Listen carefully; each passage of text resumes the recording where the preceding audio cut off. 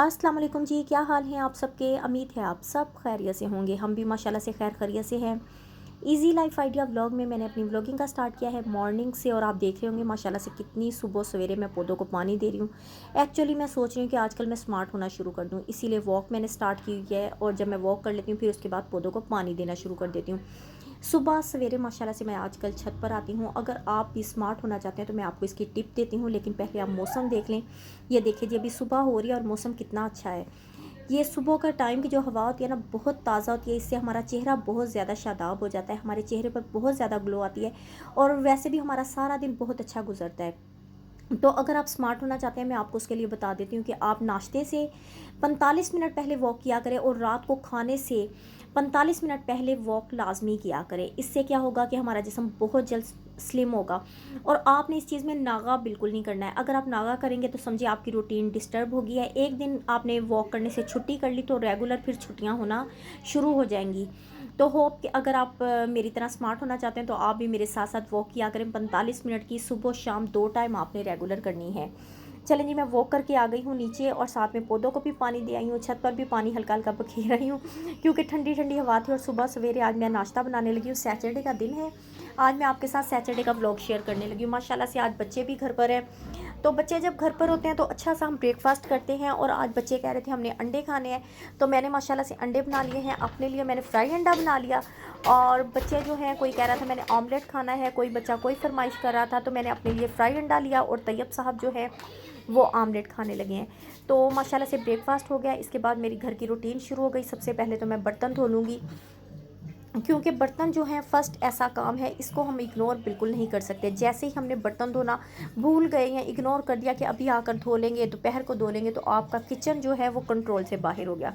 बस इसीलिए अगर आप चाहते हैं ना कि आप अपने किचन की क्वीन बन जाए, तो इसके लिए बेस्ट है कि आप अपने बर्तनों को साथ साथ धोएं। यह सबसे ज़बरदस्त टिप है किचन को कंट्रोल करने की, किचन को साफ़ रखने की। तो मैं माशाल्लाह से जैसे ही बर्तन धोती हूँ, बर्तन क्लियर कर लेती हूँ, फिर उसके बाद मैं सिंक वगैरह भी धो लेती हूँ। और जब माशाल्लाह से किचन में हम आ जाते हैं ना, तो यकीन करें किचन के काम इतने ज़्यादा बढ़ जाते हैं।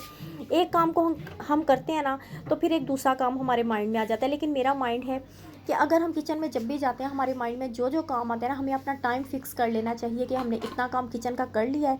तो तकरीबन हमें कम से कम आधा घंटा या 1 घंटा अपनी लाइफ का रख लेना चाहिए कि रेगुलर हमने किचन के एक्स्ट्रा कामों पे देना है।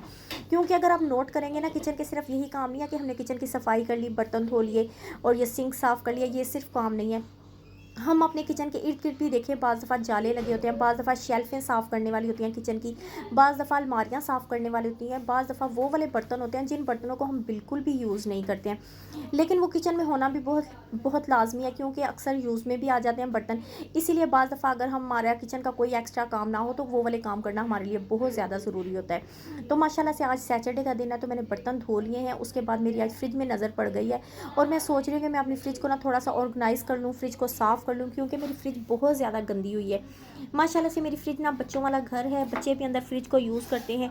और कभी कभार मेरी भी इतनी ड्यूटी नहीं होती कि मैं बच्चों का ध्यान दूँ कि बच्चे फ्रिज में क्या रख रहे हैं, क्या ले रहे हैं, किस तरह यूज़ करें। शुक्र अल्हम्दुलिल्लाह मेरी आदत ही नहीं है कि मैं अपने बच्चों को मना करूँ किसी भी चीज़ को छेड़ने से या कुछ भी करने से।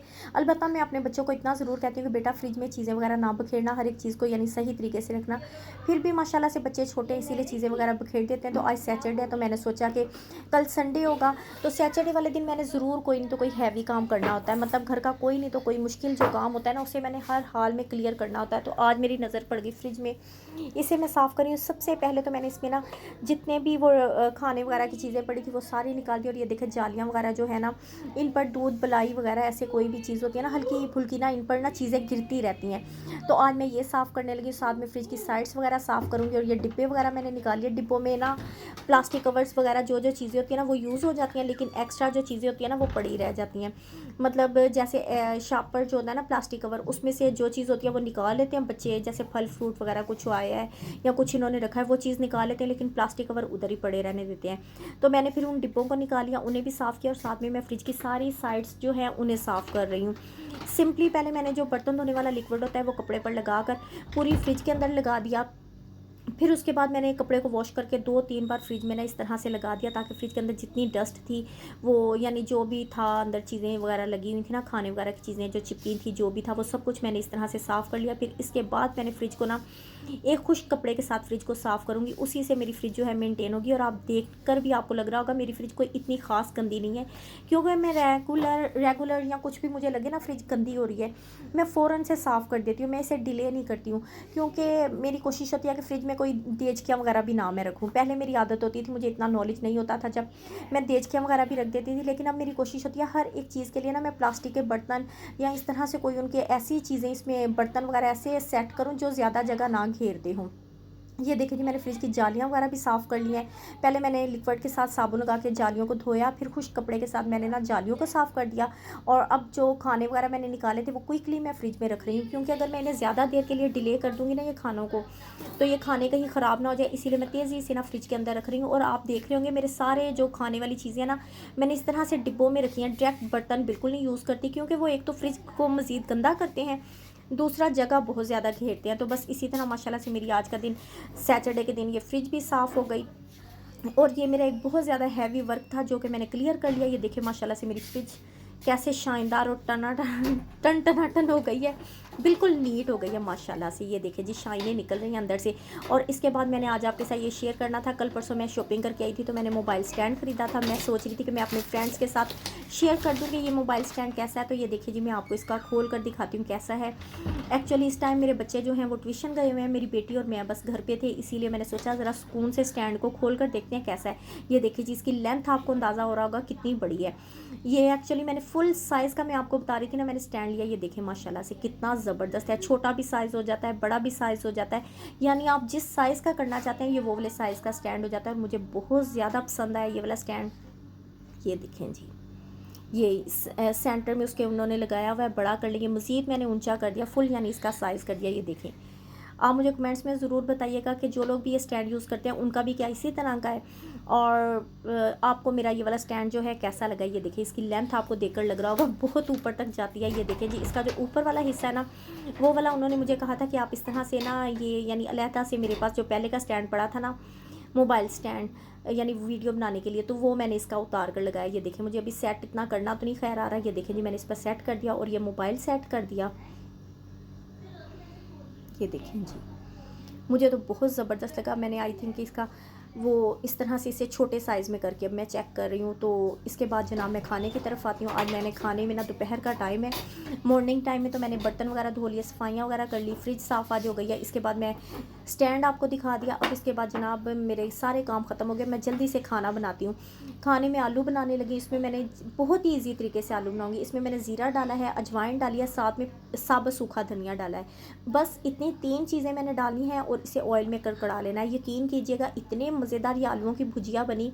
इसे आलूओं की आप कतलियाँ भी कह सकते हैं। दोपहर के टाइम अक्सर समझ नहीं आती हम खाने में क्या बनाएं, और एक जल्दी भी होती है। मतलब आज मैंने घर के बहुत ज़्यादा काम किए थे, जिसकी वजह से मुझे थकावट भी बहुत ज़्यादा हो गई थी, तो मेरे अंदर मज़ीद ताकत नहीं बची कि मैं कोई भी एक्स्ट्रा काम करूं, तो मतलब कोई मुश्किल खाना बनाऊं, कोई भी मुश्किल काम करूं। इसीलिए मैं आज आलूओं की ये भुजिया बनाने लगी हूं। तो ये ना बहुत ज़्यादा इजी है और झटपट से रेडी हो जाती है। और सबसे बड़ी बात, माशाल्लाह से इतनी मज़ेदार बनी कि आप कहेंगे कि कमाल है। जब आप बनाएंगे और बनाते वक्त भी आप कहेंगे क्या कमाल है, इतनी क्विकली माशाल्लाह से बन गई।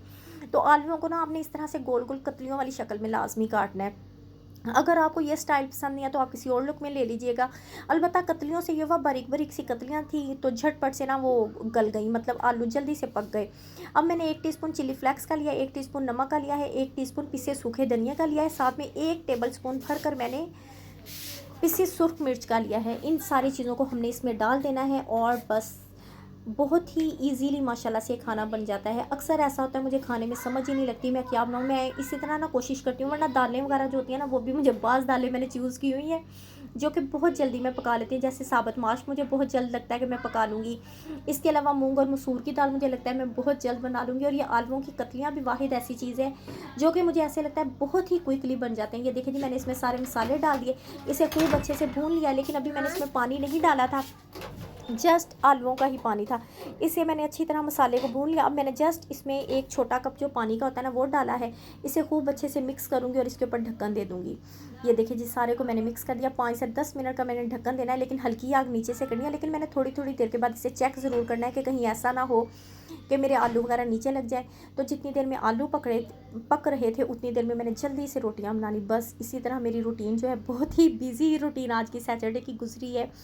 और इसके साथ एक मैंने एक और छोटा इसके बाद वीडियो आप लोगों के साथ शेयर करनी है, जो कि इसरार इसरार भाई के बारे में है, जो कि वो चैनल का बताते हैं कि चैनल को आप किस तरह ग्रो करें। उनके बारे में भी मैंने आपसे बात करनी थी, लेकिन मैं सोच रही थी इस व्लॉग के बाद नेक्स्ट व्लॉग में मैं आपके साथ वो वाली बात शेयर करूँगी, क्योंकि ये वाला व्लॉग जस्ट मेरा फैमिली व्लॉग है। मतलब मैं इसमें कोई इधर उधर की बात नहीं करती हूँ, बस अपने काम से लिंक रखती हूँ। तो ये देखिए जी, माशाल्लाह से मैंने इसमें आलू डाले थे, साथ में रोटियाँ बना ली और इसका पानी खुश किया। ये मेरा खाना जो ऊपर मैंने धनिया डाल दिया और ये मेरा खाना जो है बहुत ही टेस्टी सा रेडी हो गया है। तो इसके साथ ही अगर आप मेरे चैनल पर नए हैं तो मेरे चैनल को सब्सक्राइब कर लीजिए। अगर वीडियो अच्छी लगे इसे लाइक ज़रूर कीजिएगा और मुझे अच्छे अच्छे कमेंट्स भी ज़रूर कीजिएगा। और ये देखिए जी, माशाल्लाह से मैं खाना खाने लगी हूँ, क्योंकि मैं बहुत ज़्यादा थकी हुई हूँ। आप भी आ जाएँ मेरे साथ मिलकर ये खाने को एंजॉय करें। इसके साथ ही मैं आपसे इजाज़त चाहती हूँ और अपना बहुत सारा ख्याल रखिएगा। अपनी दुआओं में मुझे और मेरी फैमिली को याद रखिएगा। इंशाल्लाह मैं भी याद रखूँगी। अल्लाह हाफिज़, बाय बाय, टेक केयर।